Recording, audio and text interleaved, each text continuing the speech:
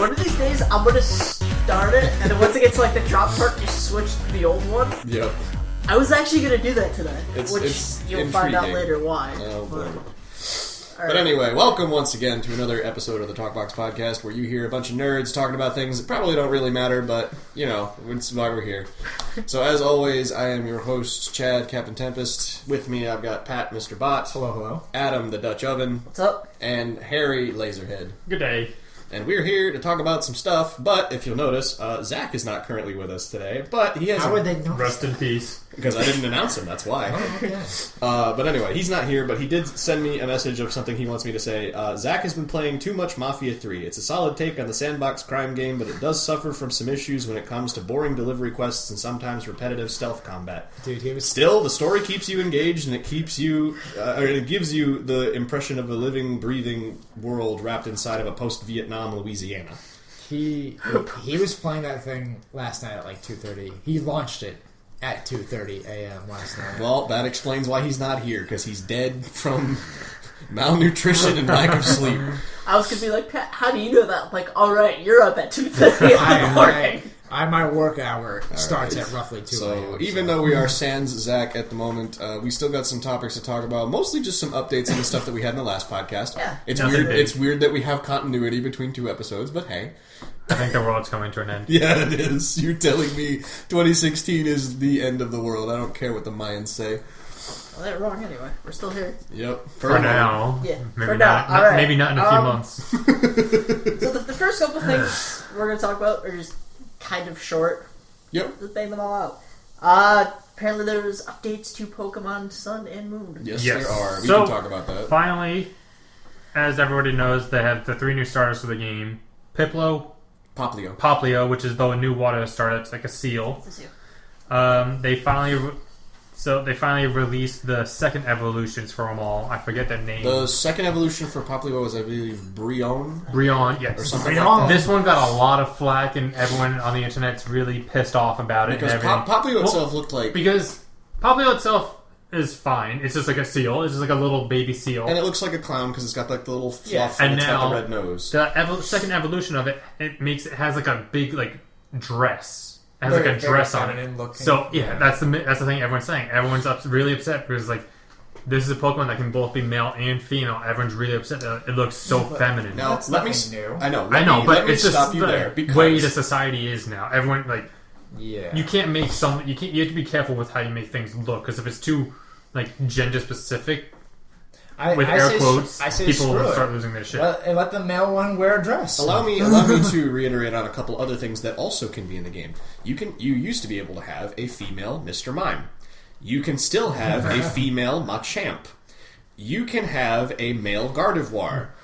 You can have I believe you can also have a male Gothitelle, which Is that it male one- Gardevoir a whole nother evolution? No, because you can have a male Curlia, but it can only evolve into Gallade if you use the Dawnstone. Oh, but you right. can still let it evolve into a male Gardevoir if it hits level 30. So it's like, this is nothing new. You can have some very strange, gender-specific Pokemon that can be male or female. It's like, it's something that's been in the game for years, and that's why I'm kind of confused as to why it's flaring up It's again. stupid because people are idiots. The entire world is becoming idiotic now.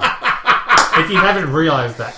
No, I have This noticed. was a solid high five from you, man. I mean, I have noticed. anything that happens on the internet, regardless of what it is, half of the internet explodes into like all pissed off at it for stupid reasons. And then when it comes out, like, oh, I don't like people were like fighting it at first. Once it comes out, oh no, I was all for it before and everything. They shot a It's like the girl, for attitude God's sake. change does a full 180. Well, Super fast. I mean, And then, so So that's from Poplio and Brion. and then Rowlet, the green Rowlet. Yep. Rowlet, dude. Rowlet, I don't know. the how to owl, The the emo owl is now its second evolution is an emo owl. Dartrix. Yep. No, it's Aaron Hansen.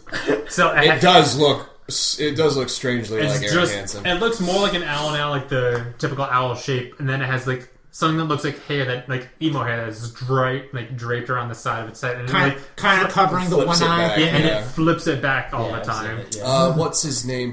What's the name of the hacker in Saints Row 3? Matt something, right? Yeah, it looks exactly. Looks kind of like him. Yeah. Looks like that hairstyle of like the. Honestly, emo he face. became one of my favorite characters Yeah, as the same. game went on. And then the last there's one we had Litleo. Litten, which evolves into Torcat. Torcat. Now, That's see, it. I Which think- is just this looks like the most normal of the three Well, evolutions. It's just like well, a it normal doesn't- larger cat. It didn't gain the fighting type yet. Not yet. So We're so gonna wait. far, That we're third happy. evolution. No, That third it evolution is always gonna go work- bipedal. Every and- fire evolution that's turned into fire always turns into fire on the third evolution. Yes. Not the second, always the third. So we're just But- waiting for the third evolution to go bipedal and gain like a wrestler's belt Yeah. and become Bel Tigre. And then there's one Yes. thing that's cool about this one is The last one was psychic. it has So. something around its neck that looks like a collar, but it's and it's got like a little thing that looks like a marble almost, but it's fire It's like an a fire amber. sack. Oh, okay. So it's where it generates all of its fire ability and collar. everything. Oh, from. that's really cool. So it generates the power from there. Can we and not call it unleashes a fire sack? I don't know what it's called. It's like a fireball, like a small ball of fire that's just it's actually a part of him, and it's Yeah. just on its neck and looks like a collar. That's interesting. All All right. So- Another thing is the Ash Greninja. Oh yes. Yes. Forgot. There is a demo that's coming out on the Okay. 18th of October. It's a demo of Sun and Moon, and it's going to have a Greninja in it that turns into the Ash Greninja from the anime. It Where it gains has that the red black stripe and the black and red features and stuff on the whatnot. side of its head. The thing that's confusing to me is like, okay, that's what it looks like when it bonds with Ash, so it doesn't look different when it bonds with another trainer. It's strange. No, you are Ash. But it also confirms that the fact that it has another ability because it shows the regular Greninja activating an ability called Battle Bond instead of Torrent. No, the battle bond is just you battle with it so much where it's just going to evolve into that and it's going to stay as that. See, I thought it was a new ability instead of Torrent. It Well, just has Battle Bond instead. I think it just has battle bond instead because it's kind of like a special promotion that they're doing. Gotcha. So it's a special, unique. So it's a Greninja with an ability that you can't get anywhere else, but you can transfer that Greninja into your actual game if you play the demo. Yes. So if you play it and then on November 18th you pick up the game, you can transfer it over. Because the and- Greninja, I believe, will be the Pokemon you start off with in the demo. I think so too, yeah. And which will be the one. And I think the way that they're planning on transferring it is probably going to be through the bank. Yeah, that's what would I make thought. the most sense. Or so I could see him also just doing something where As long as you have the demo installed. As long as you have the transfer save over. file of the demo, you can transfer over the Greninja. I feel like that's going to take up a lot of space. I- Especially for people that like to do digital downloads and are doubt going to it. be downloading the copy. Because it's going to be Instead of it's getting just the a physical demo. cartridge. A demo's it's probably going to be a relatively small demo. You But- say that, but the Omega Ruby Alpha Sapphire demo, that was the full game, and that's how people were able to like dig through the code and find all this stuff that Well, wasn't they there probably before. aren't going to make the same mistake though. We'll see. But so yeah, there's also the Ash Greninja, and then the last thing that we wanted to touch upon for this was the fact that they confirmed that Mega Evolutions are going to be coming back because the Z Ring that you get in the game that allows you to use the Z moves for specific Pokemon also can double as a Mega Evolution bracelet. Now, Harry and I were talking about this. We're really confused because we don't know. What? At one point in the trailer, they say something along the lines of it's like so the Z ring also can use Mega Evolution, but we don't know if that means it's like do you have to pick if you're using a Mega Stone or a Z Crystal, or can you use both, or does the Mega Evolution have to use the Z move, or there's a whole lot of weird stuff that was kind of it's highly speculatory, but the way that they said it in the trailer kind of confused Yeah, me. I have the quote because I sent this in a message on Facebook to you before. The Z-Ring helps the feelings of the trainer. Right, that was an autocorrect mistake right here. It says Rack, but I don't know what his Pokemon, and allows it to raise it so it can use its Z move. Right, it only follows it should be able to Mega Evolve too. So with that, it's just saying the Z-Ring. It's going to allow you to both Mega Evolve and use the Z move. But what we weren't sure is because before they said you can need a Z Stone to be able to use a Z power or Z move, so and you need a Mega Stone to Mega Evolve. So do you have to pick between Mega Evolve or Z move? I don't see Or why you can't just wear both bracelets. You got well, two no, because bracelets. you only have the Z bracelet. It's the one the bracelet that Z gives ring. you both. What You I'm don't have the thinking- Mega bracelet What if you anymore. kill another trainer and take theirs? I mean, I guess you could then use both, but I There's don't no know why killing you would in want the to. games. Yeah, You just knock people out and you can't steal stuff. That's right. No They one dies in they the show. willingly give you the money. So you can't take them. You can't take the one thing that I think it means. Well, what happens when you lose a train of battle and then you black out and wake up at the nearest space station, Pokemon Center. Pokemon Center. You've been playing too much Pokemon with Go, less my money. friend. Yes, I have. But anyway, my theory on what it means is that it essentially just means you can use both, because how Mega Evolutions and Z Powers work in general is that the Pokemon has to hold the item and then you just activate it with the bracelet. This is true. So I'm thinking what it means is, like, say you have a Gengar that you want to have Mega Evolve and you have the Pikachu that you want to use the special Z move on. You give the Pikachu the Z Crystal and you give the Gengar the Gengarite.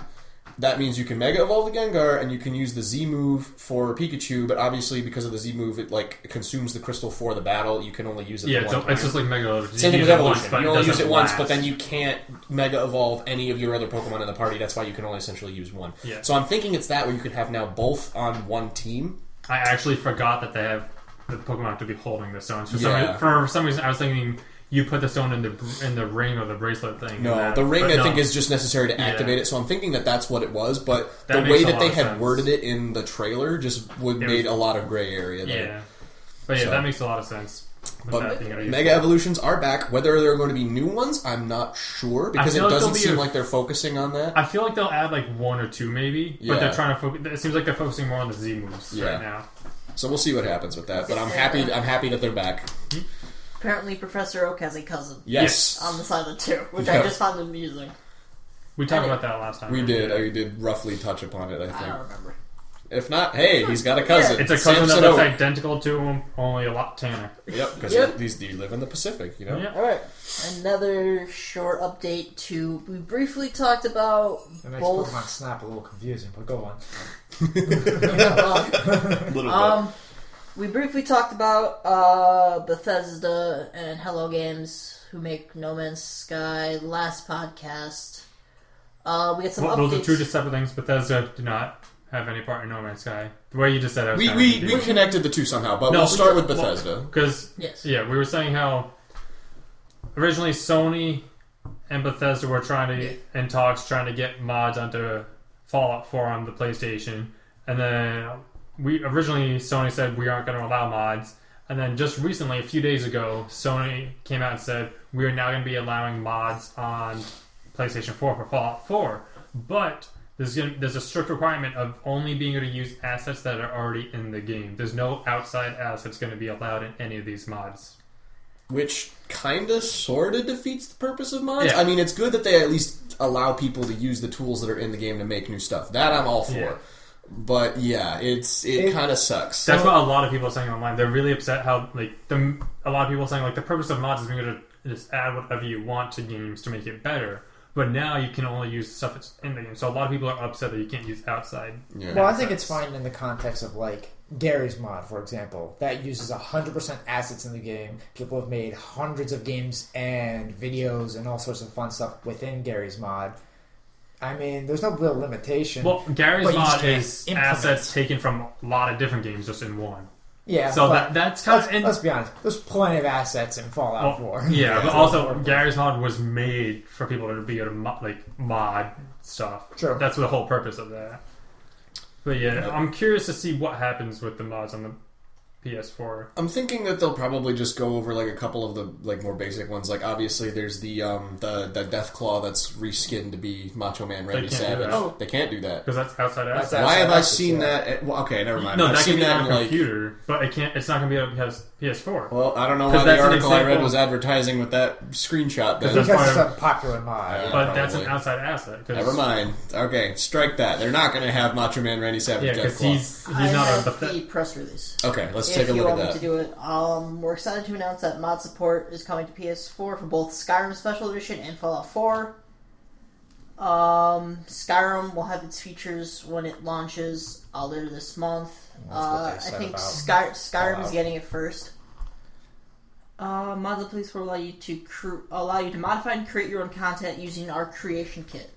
Which is only Okay, going to be Yeah, their yeah, assets. specifically things that are in the game itself, nothing Yeah. from the outside. which I think is fine. Like, it's better than nothing. Yeah. Like, it's better than having no mods at all. Like, yes, I can understand the disappointment from not being able to have the full suite. Yeah. Especially since you But have it on PC. this and is I a think step in the also right on, direction. I think they also have it on Xbox? Not yet, but Not they yet. are What? mods. No, Mods. I've been playing with mods on Oh, it. okay. Okay, so they do have it. So instead of having we the full talked about it suite... last time. Yeah. Well, I wasn't sure if they were out yet from Xbox or not. They're becoming more and more. They're uploading more, but they'll have to be approved before they can be. There's a bigger approval process that has to go through. Because on PC, you just make them out and post it. you just and throw it then on download the it. next- Whatever happens to your game, that's on you. But for them, they're like, well, this is a set system, and It's delicate. we have to make sure that your mods don't actually interact with the system in any way, so on and so forth. So all the mods have to be approved. But after reading through like 200 mods, a lot of them are like, don't load this mod with that mod, and don't load this mod with that mod, because your game might not start. But that's to be expected. Yeah. That's what happens when you know attempt to change things up Yeah. in a game that's core as is. But so yeah, I think it's good that they at least have something. It may not be exactly what everybody wanted, but it's better than the alternative of not having anything at all. Yeah, it's definitely a step in the right direction for them. So we'll see how that develops The other thing Adam said was Hello Games. for No Man's Sky. Yep. Now, originally when we talked about it, we just talked about how we thought it was more a victim of hype and the fact that everyone was hyping it up. And then everyone was really disappointed when it came out because it didn't live up to the overhyped expectations. Now it's apparently, escalating. Yeah, now it's escalating because now apparently they're being investigated by- for false advertising. Yes. Yep. Because if you look at the earlier videos that they had up for the trailers and stuff, like the very early ones, they have a lot more stuff that's in the game that's not currently in it, and that's what they're being accused of false advertising for now. So there's like private Also- investigators now Also, looking a into lot the of matter. multiplayer issues, right? Did they ever? Well, they never said there was they hinted at multiplayer, but they never fully said there was multiplayer. But again, it's hard to tell. They always avoided that topic because they're like, don't expect to encounter any other people.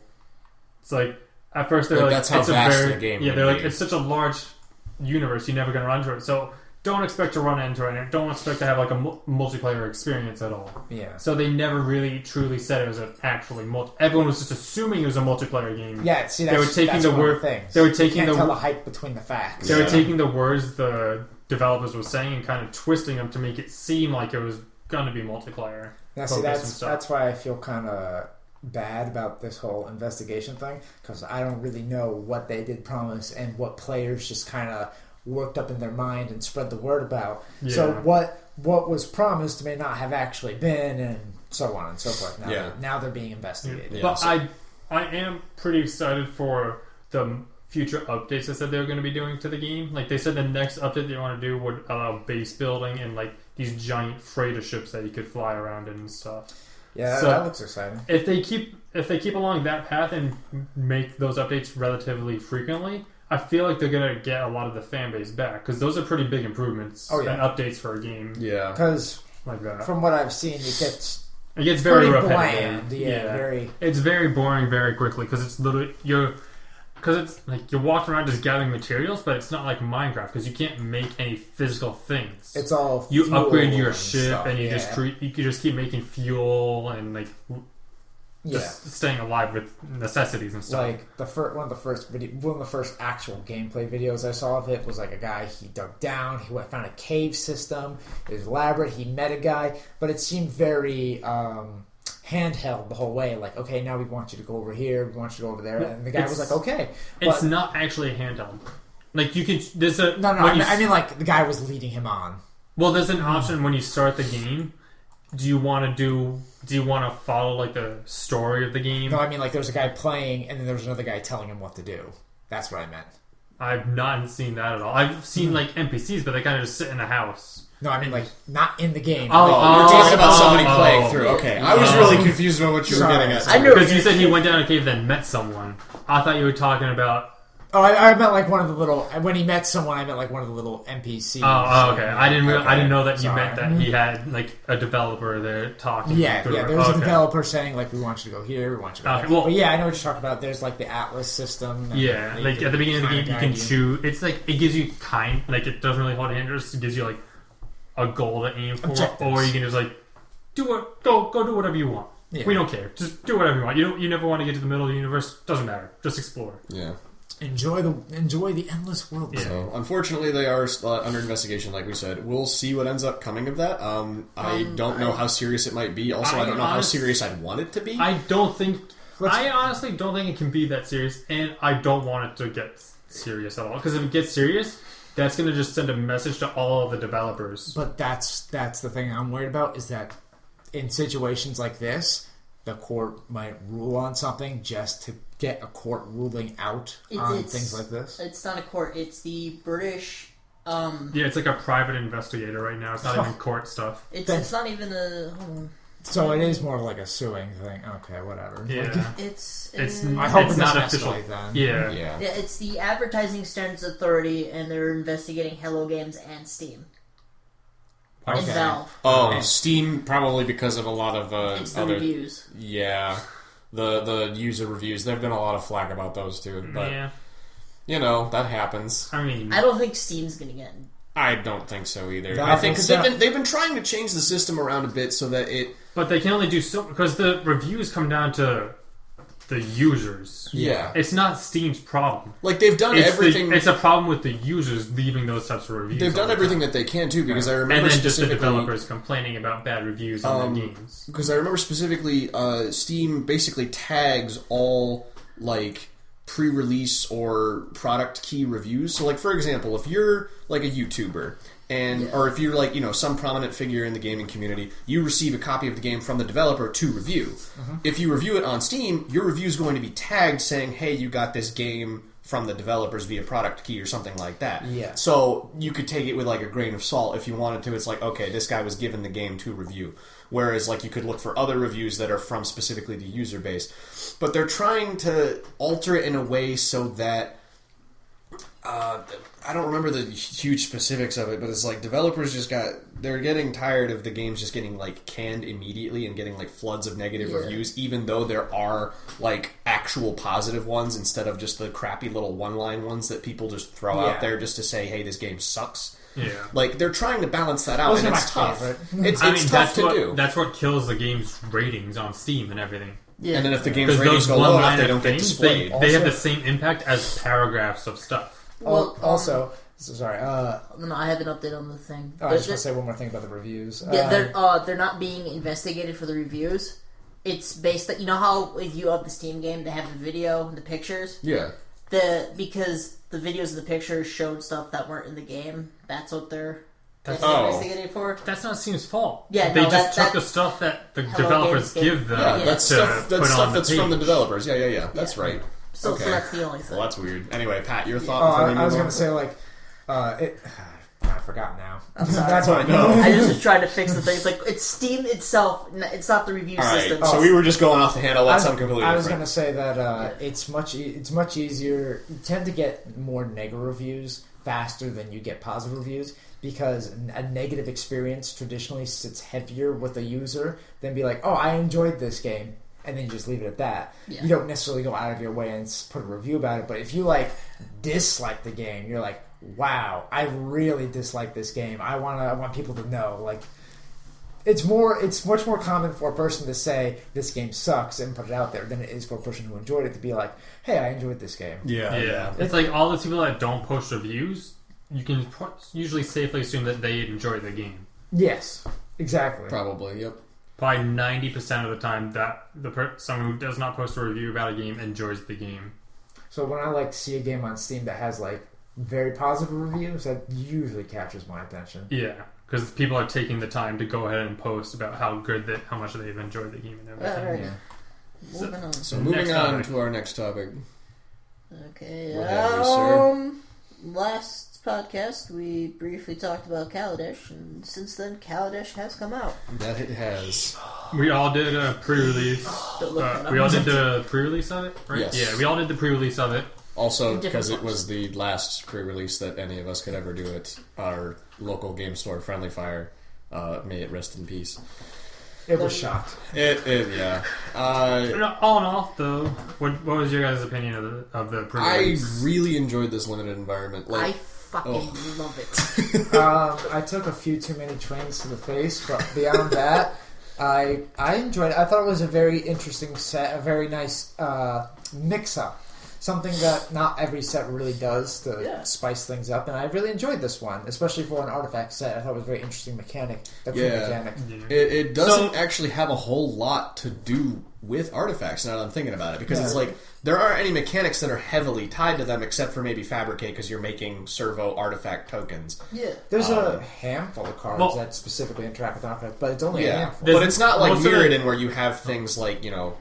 It's not Metalcraft. Yeah, it's not Metalcraft, it's not Affinity, it's not anything crazy like that. Yeah, but instead of going for those, though, they're going with the new mechanic of the vehicles and the crew, so that's how it's the synergy with that, and then the Fabricate, as you said. Yeah. And then also, they just printed a lot more artifacts that do stuff on their own. Yeah. So it's not about necessarily synergizing like non-artifacts with artifacts, it's just synergizing just artifacts together now. Yeah, so it's a big focus on just regular artifacts instead of having to like, oh, if you play this artifact, it's useless until you play some non-creatures that synergize really well with it. Yeah. No, you can just play this artifact and it does something right there on the spot.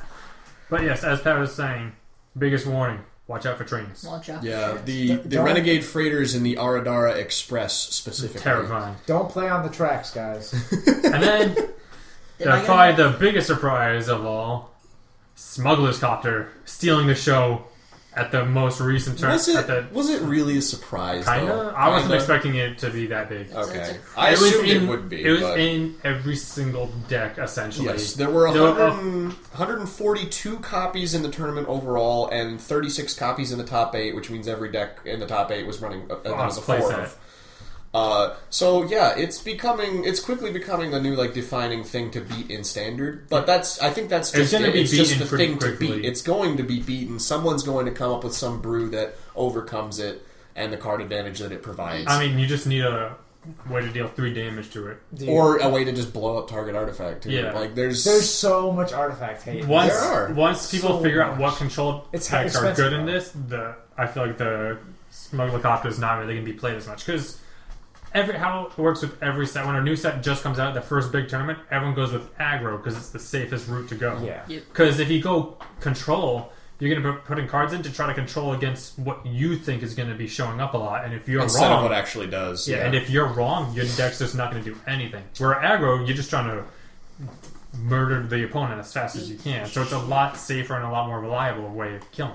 Yeah, I do admit though, a lot of the artifact hate in this is slow. It's 4 drops. Yeah, it's like 3 or 4. Nothing that would really see too much constructed play. I would imagine. But I think the way that people are going to find ways to deal with Smuggler Scouters is going to be taking burn from the previous set. That could be it too. And because that's a little bit faster than what we have right now. Dealing with it. I mean, I like the energy burns. But still, those are slow. They are. But so against aggro, you want something that's faster. So you're gonna have to be dipping into the previous sets. I mean, there's like the delirium burns. There's lightning axe. Ha! God, I hate that thing. Or you're just gonna have to keep it tapped down so it can't swing or anything. Yeah. There are definitely a lot of like interblock synergies that I can see. Like I know that a lot of the Madness decks that are out really want Key to the City. That was another card that I looked at it and I'm like, this looks like it shouldn't be in the set, but I guess it kind of makes sense that it is. But it's like it really plays well with the Madness decks because you discard a card, you make something unblockable, and then you draw cards when it untaps. Like it keeps you going, and it's a nice little like engine in itself. I think they always keep the previous set and the next set in mind when they do that. When they print cards for a set like this, even if it's like complete new location, complete different theme. I definitely think there's Delirium cards and Madness cards intentionally in this set. All right, so how about we go around the table, like giving our own opinion on each of the mechanics, starting with Adam. We'll talk about, I guess, energy is the first big thing. I really like the energy counters, but mainly because when I played, I had like 2 Thriving Turtles, and then I had the Hydra. So you get that bounced. I want to make a red-blue artifact deck with using all the energy and some stuff from it. I think it's interesting. I just wish I'm still waiting for the token. Yeah, to be printed in the next wave of Kaladesh. Just use a Pokemon colorless energy.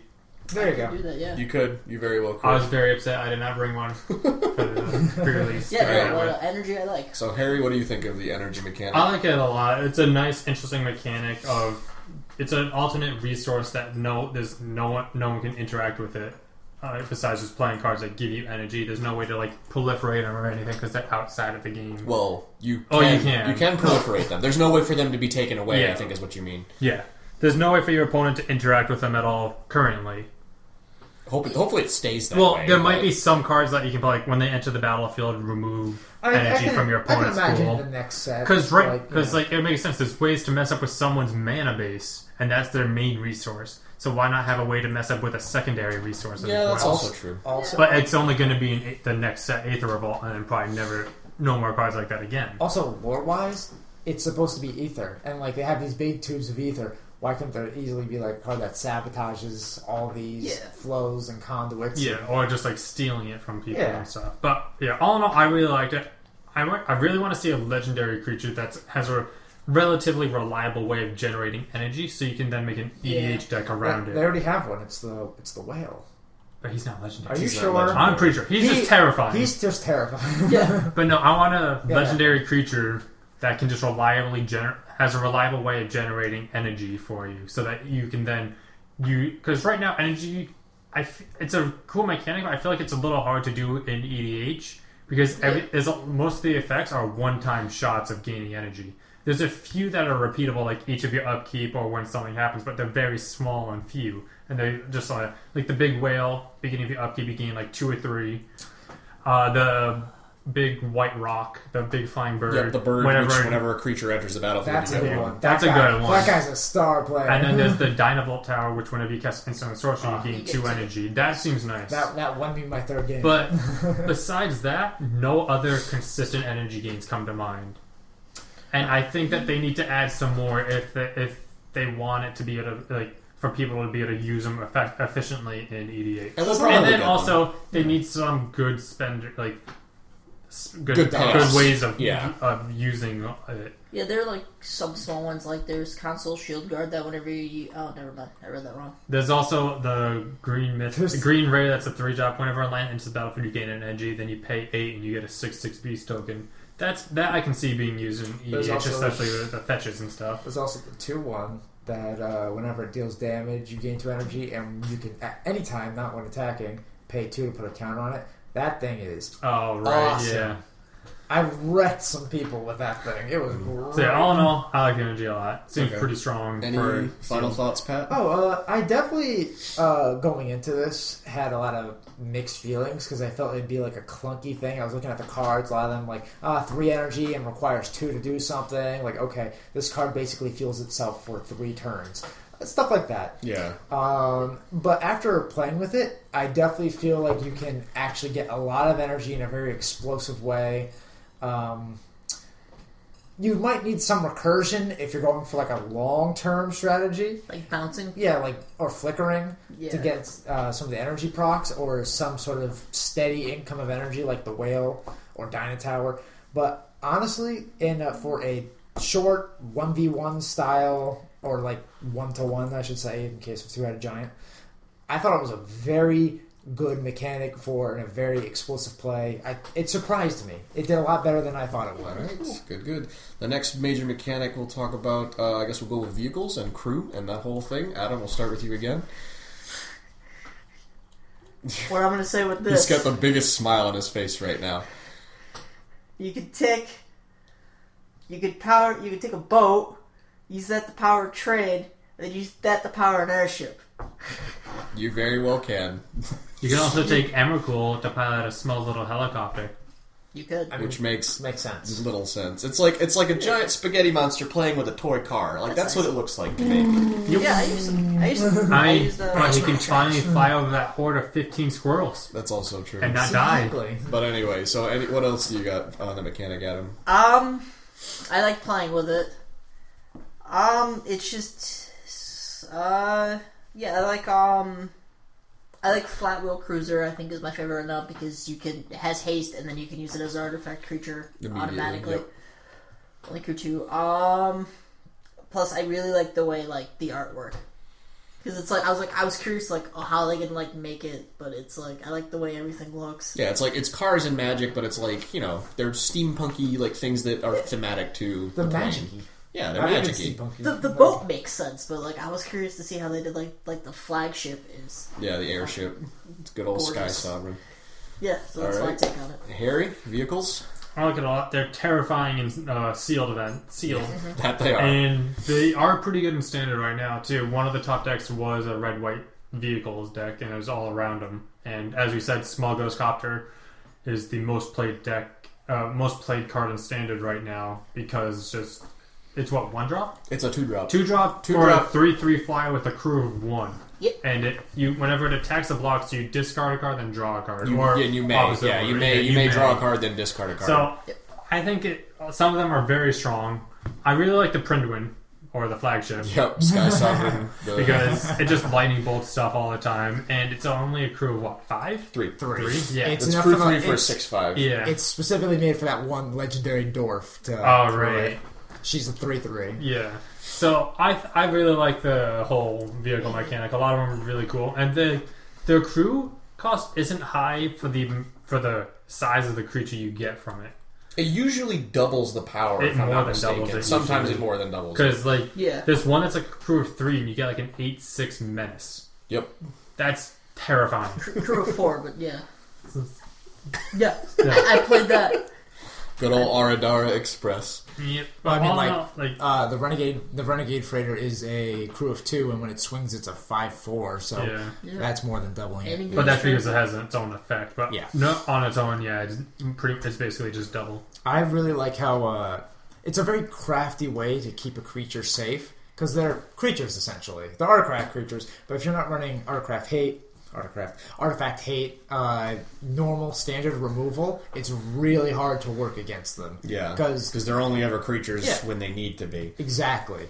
And you have a lot of expendable creatures that you can use. Yeah, like the servos or thopters. Exactly. I think it's a very good mechanic. I think it's very crafty, almost kind of like a sly mechanic of saying, like, I basically have this whenever I need it. If you can't remove all my creatures, it doesn't really matter, because I can drop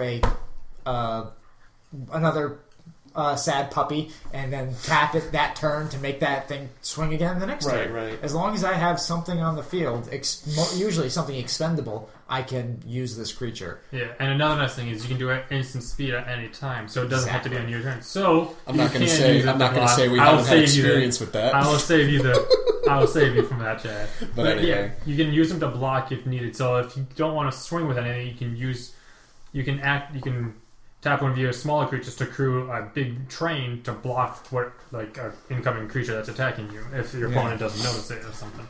They also escape like board wipes and lots of stuff like that. Because there is a lot of sorcery speed removal too that doesn't hit them because it's only destroy target creature. Yeah. So if you only use it on your turn, it'll always be safe from your opponent's sorcery speed removal. Yep, because they can't do anything about it. Yeah. Unless they bait out a block, but yeah. There's that too. We also have Fabricate. Fabricate is I think it's the last new mechanic. I could be wrong. Yeah. Yeah. Dwarf Tribal. I'm sorry. Yeah.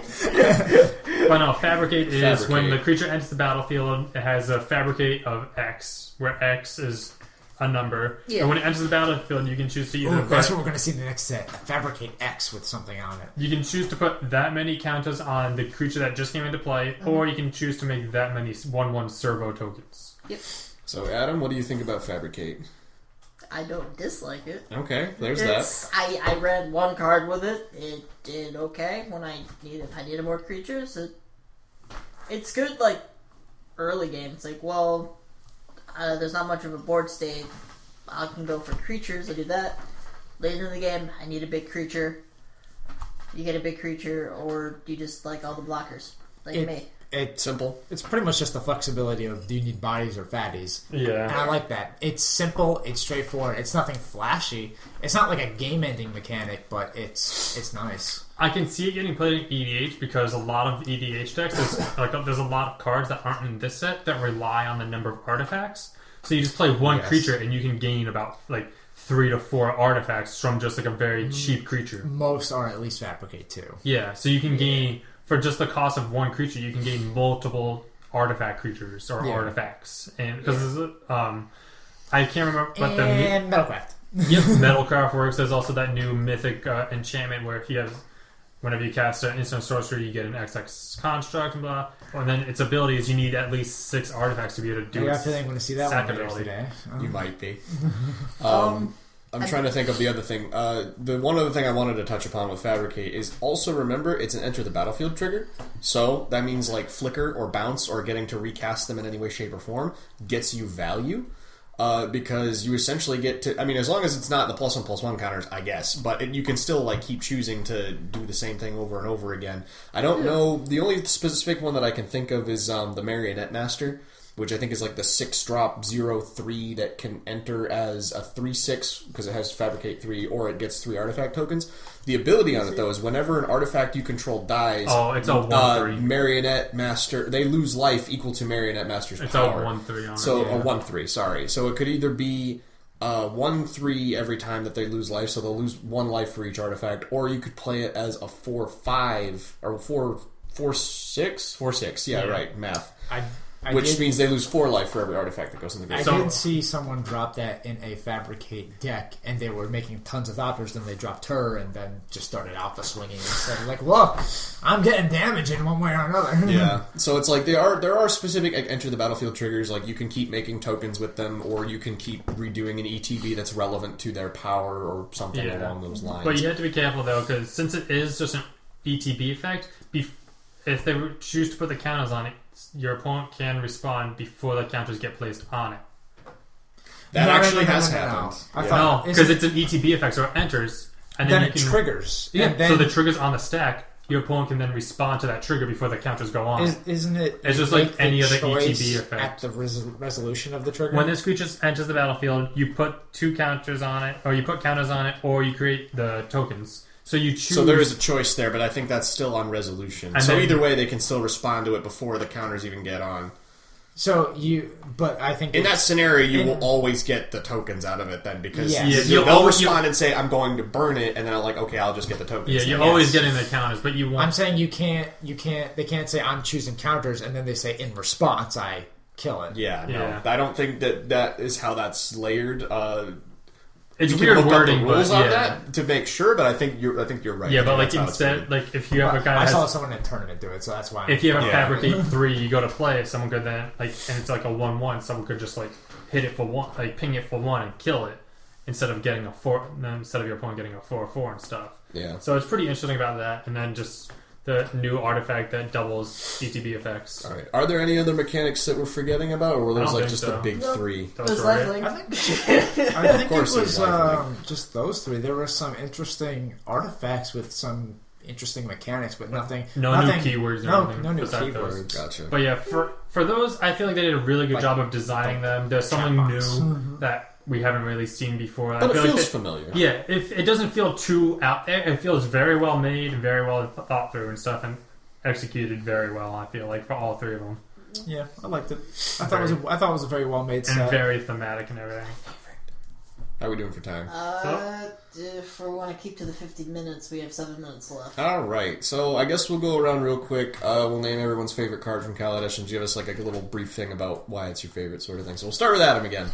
Your favorite card, card from Kaladesh. You're actually looking at all of them. That I've played, or just in general? It could be in general. It could be that you've played, like anything that you have gotten really excited for from this set. Okay. I am going to say Rashmi Eternity Scrafter because I had her in my card pool, and I like the thing where you play a creature or a spell, and then you can flip it and then play something.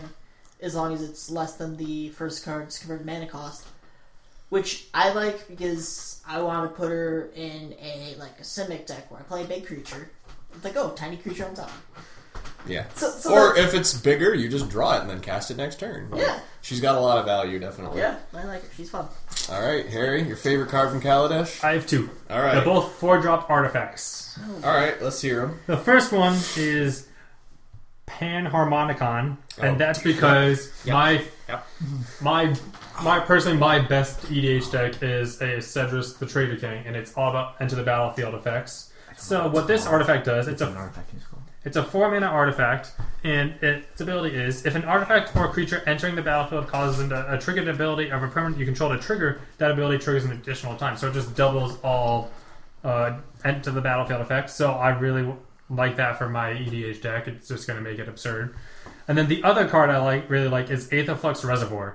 Oh, God.